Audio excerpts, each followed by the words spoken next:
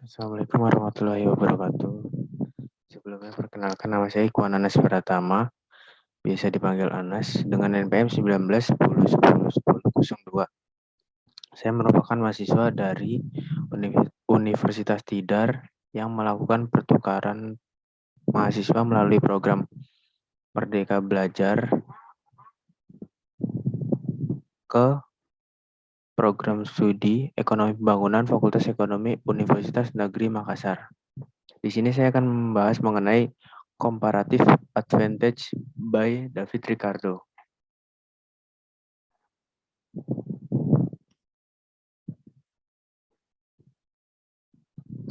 Adapun aturan comparative advantage.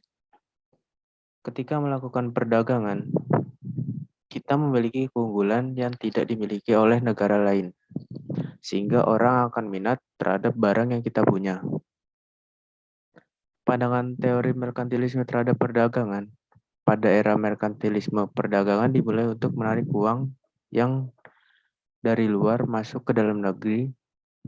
Dengan berdagang, kita dapat menarik uang dengan jumlah yang banyak, salah satunya dengan menarik emas. Perdagangan berbasis keunggulan absolut pada setiap negara memiliki keunggulan absolut yang berbeda. Adapun kritik David Ricardo terhadap teori Adam Smith. Kritik David Ricardo terhadap teori Adam Smith, yaitu keunggulan yang dikemukakan Adam Smith bahwa apabila memiliki sumber daya yang besar akan memonopoli perdagangan di dunia. Adam Smith menganggap bahwa dengan adanya keunggulan absolut, suatu negara tetap dapat melakukan perdagangan serta bisa melebihi hemat antar negara yang melakukan perdagangan.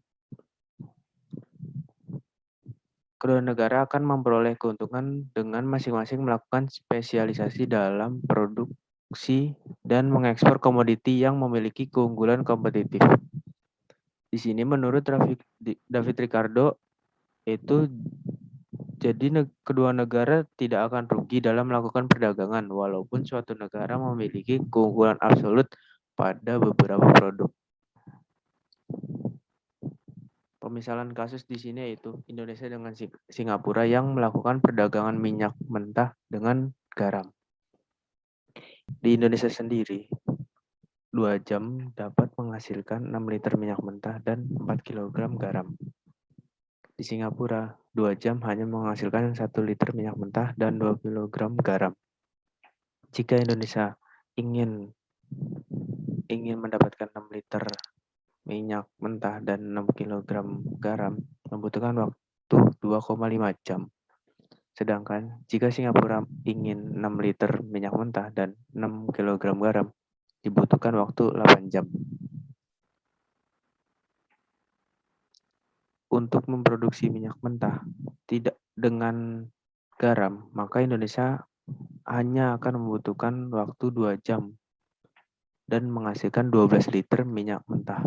Sedangkan di Singapura, untuk memperoleh 12 kg garam, tidak dengan memproduksi minyak mentah, hanya dibutuhkan waktu dengan 6 jam.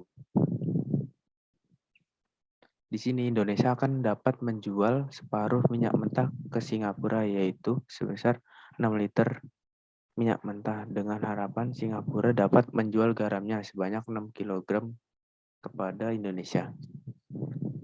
Jadi, untuk menikmati hasil dari 6 liter minyak mentah dan 6 kg garam, membutuhkan waktu 2 jam, yang dimana menghemat setengah jam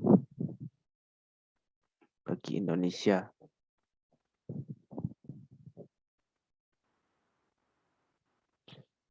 Jadi, Indonesia sendiri hanya membutuhkan waktu 2 jam untuk menikmati hasil dari 6 liter minyak mentah dan 6 kg garam.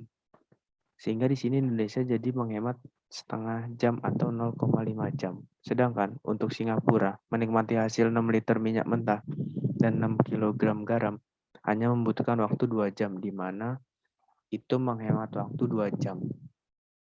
Kesimpulan dari perdagangan ini ialah saling menguntungkan antar negara, tetapi negara Singapura akan lebih untung, yang dimana bisa menghemat 2 jam dibandingkan dengan Indonesia yang hanya 0,5 jam atau setengah jam.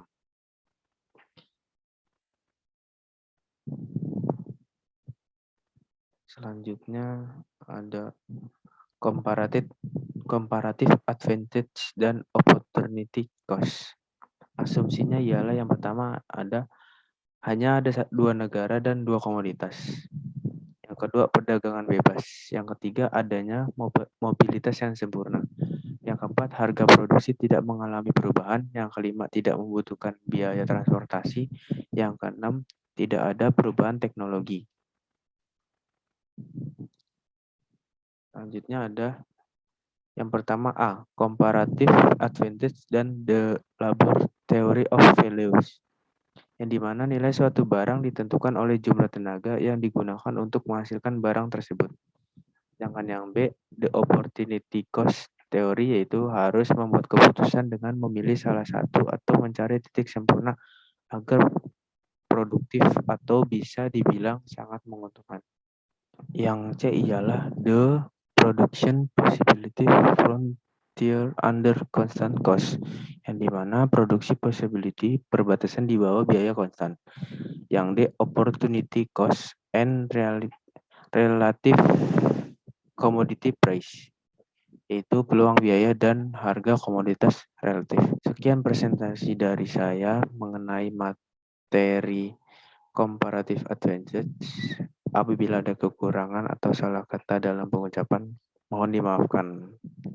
Terima kasih. Wassalamualaikum warahmatullahi wabarakatuh.